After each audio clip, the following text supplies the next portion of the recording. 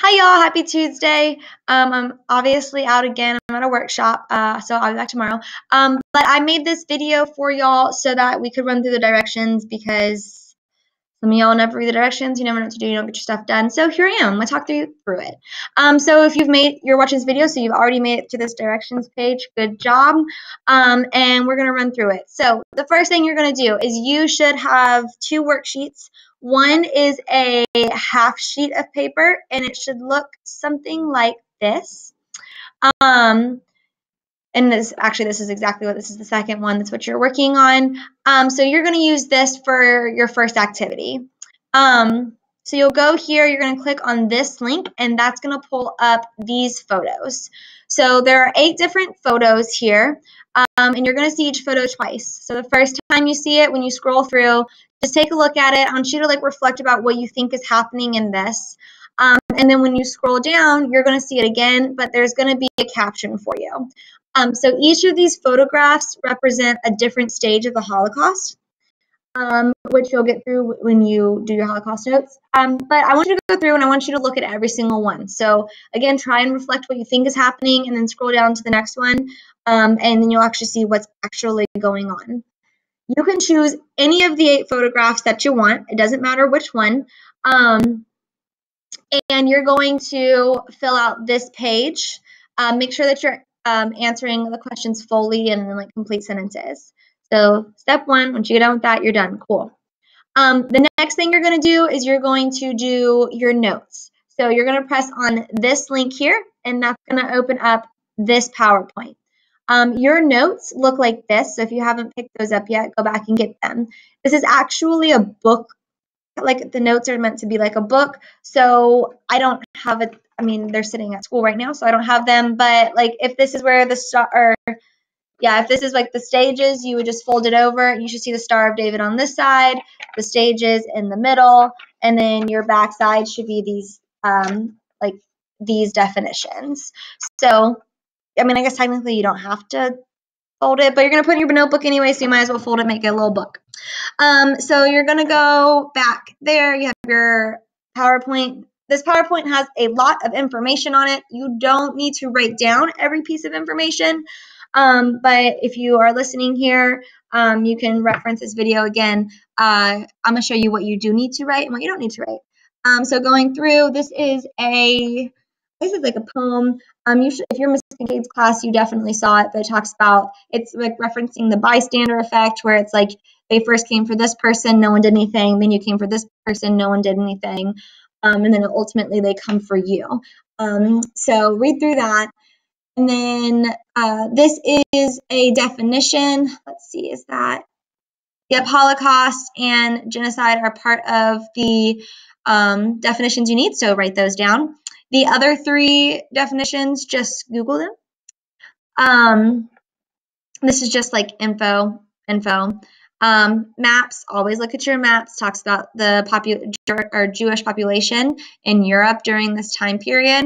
And then this is going to start breaking down your stages. So stage 1, yes, you need to write all of this, even the things in red. So it's just telling you what's happening to the Jewish people. It's these laws called the Nuremberg laws that go into effect, and it's taking away their rights.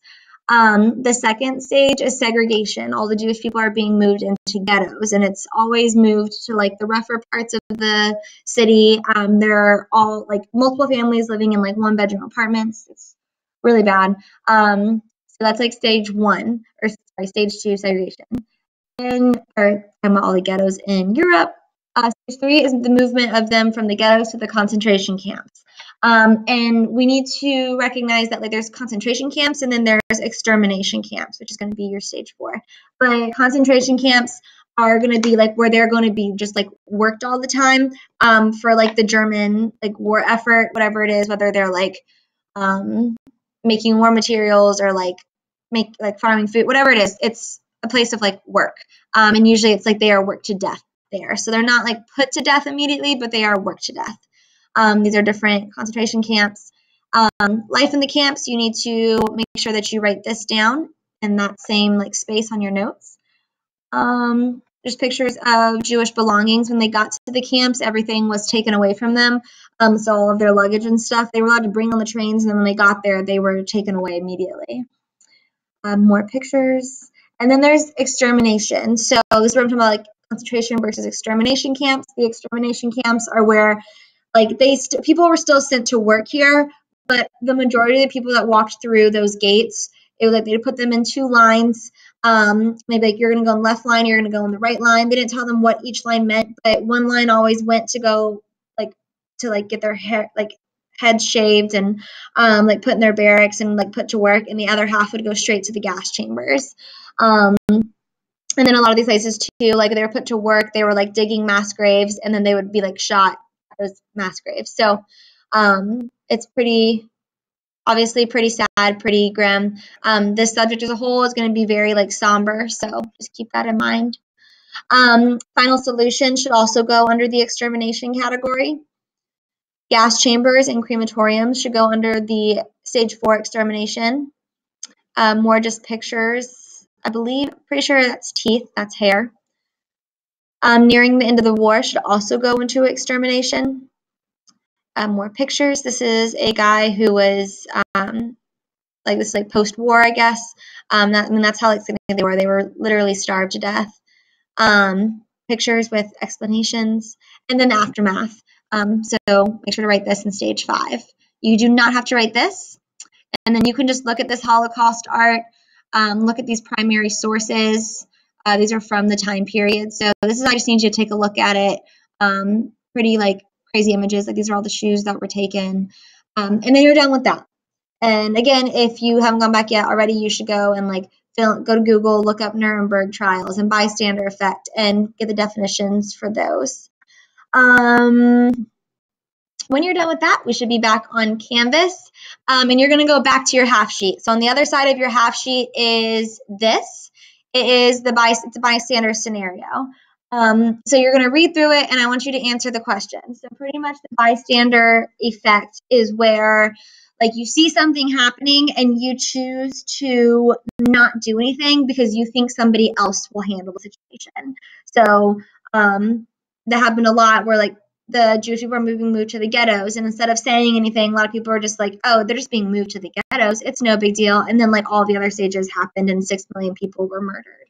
So like that's what this is kind of comparing it to. So you're going to go through and you're going to answer all 3 of these questions. Then you're going to go back to Canvas. And you're going to go to Flipgrid and you're going to create a response video for me to this prompt here. So I want you to compare the bystander scenario to life in Germany for both Christian Germans and Jewish Germans. So pretty much talking about like, I want you to use this scenario, like who would be considered like the Jewish person and who's going to be considered just like the Christian German. Because even though they're Jewish, they're still German. So, you know, there's that. And then I also want you to reflect and think about what you would have done during Hitler's reign. So would you have risked your life for the Jewish people because they were innocent victims? Because people who helped them often either they got sent to concentration camps or they were just killed on the spot. Or would you have known what was going on through all 5 stages since it did not directly affect you? And then when else in history have people been bystanders and let other humans suffer?